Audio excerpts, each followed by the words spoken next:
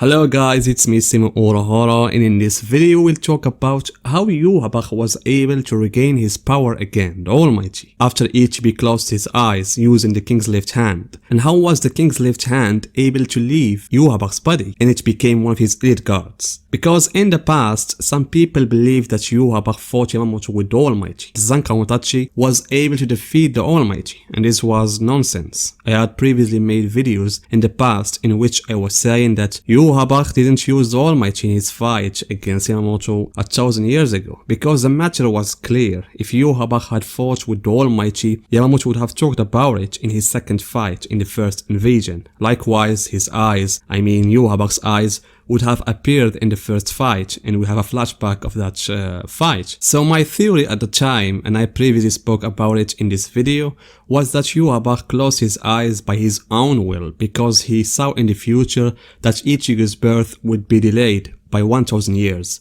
But now these theories are a thing of the past, and we have now facts. So the real reason is that Ichibei used the king's left hand to close Yhwach's eyes. Here another mystery will open, which is how Yhwach then regained his power again. Kubo may reveal this matter in the next 2 episodes, but let us try to come up with some possibilities. What I personally think is that Yhwach tried to take advantage of what happened. That is, it's true he lost the Almighty that would have allowed him to win the war against Yamamoto with complete ease.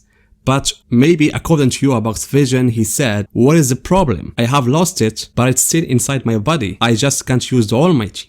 Because of what? Because I also have the king's left hand inside my body. So why not I will make the left hand of the king by my side and help me to restore the Almighty, and thus I will kill 2 birds with 1 stone. Excellent idea, Yhwach. But how you will do it? So here we'll have to go back to the flashback again. It seems that the only solution that can return the Almighty to Yhwach is for the left hand to come out of his body.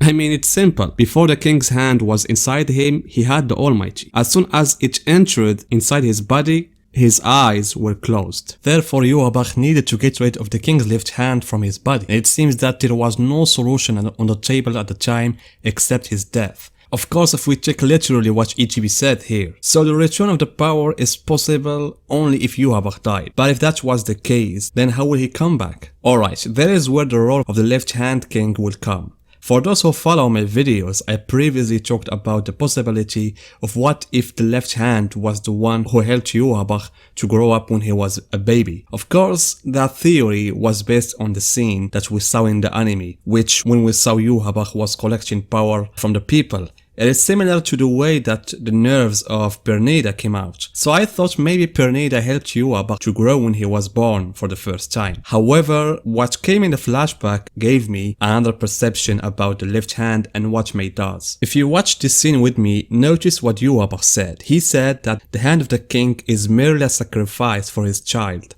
Then he added, it's only capable of giving life, not taking it. So, can't we conclude, for example, that Yhwach might make a deal with the king's left hand by giving him a new life after his death, and in exchange he will give it an independent existence with full consciousness? Perhaps something like that happened. I have an idea that maybe Yhwach had a conversation within his spiritual world with the king's left hand, and he convinced it of his vision of the world and that it should return to the way it was. Because as we know, according to the novel, the left hand wanted the original world to return to what it was, and that's why it followed Yhwach.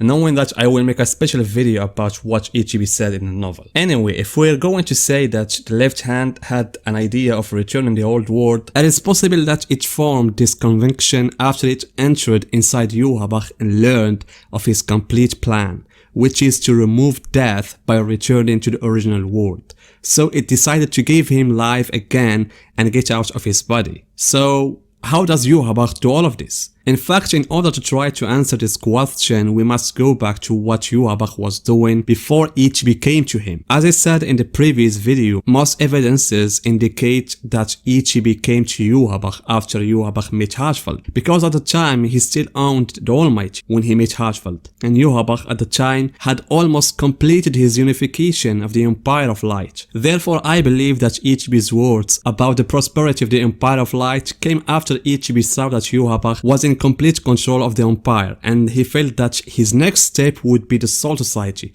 and this will pose a great danger, especially since he possesses the Almighty. But after Ichibei removed the Almighty threat and Yhwach became without eyes, I mean the Almighty eyes, I think that Yhwach then changed his goal from invading the Soul Society and then the Royal Palace to invade the Soul Society in order to be killed by Yamamoto, and so by that he will achieve the death condition and begins the process of restoring the power of the Almighty. And there are some indications that Yhwach seems to have wanted to die in the battle that took place 1,000 years ago. I think the first one is that Hirschfeld was not present in the war.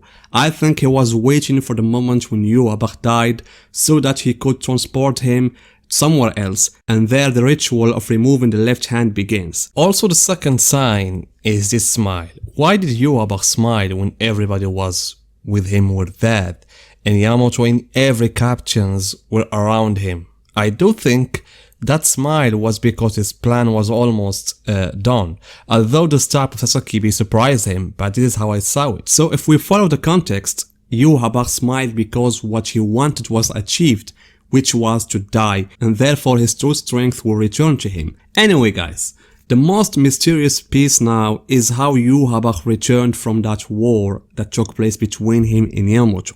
In my belief, and as I said, the two main parties in Yhwach's return are now Pernida and Hirschfeld. Pernida by bringing him back to life, and Hirschfeld by establishing the plan for the next return, which will require 999 years for Yhwach's full power to return. I would also like to point out this point that was raised by one of the viewers on the channel, which is it possible to say that the name of the king's left hand, which is Pernida, was given to the left hand by Yhwach based on another coincidence that existed previously? Especially since Pernida appeared in a semi-human form in the scene. Actually, it came to my mind this new girl might be the body that contained Pernida in the first place and it took her name. But frankly, there is no connection between the two. In the end guys, the conclusion of the second part might provide us with an answer to all these possibilities we have mentioned now. Especially since Kubo has recently tweeted in Club Outside that he worked hard on the last 2 episodes. So we can say that the last 2 episodes will have a big additions and also changes. And we have seen the beginning in episode 24. Kubo feeded us with an extraordinary flashback and some changes in the fight of the Elite Guards against the Zero Squad. There has been a talk about the idea that Yuryu will have a fight against one of the Zero Squad members. So I'm curious about who's gonna fight, and is Kubo gonna reveal his Schrift ability? Well, actually he did that when Yhwach threw the medallion and Yuryu switched it to make Yhwach outside the Tree of Life. In the end guys, tell me your opinions. Do you have any theories? Write them in the comments, and see you guys in my next video.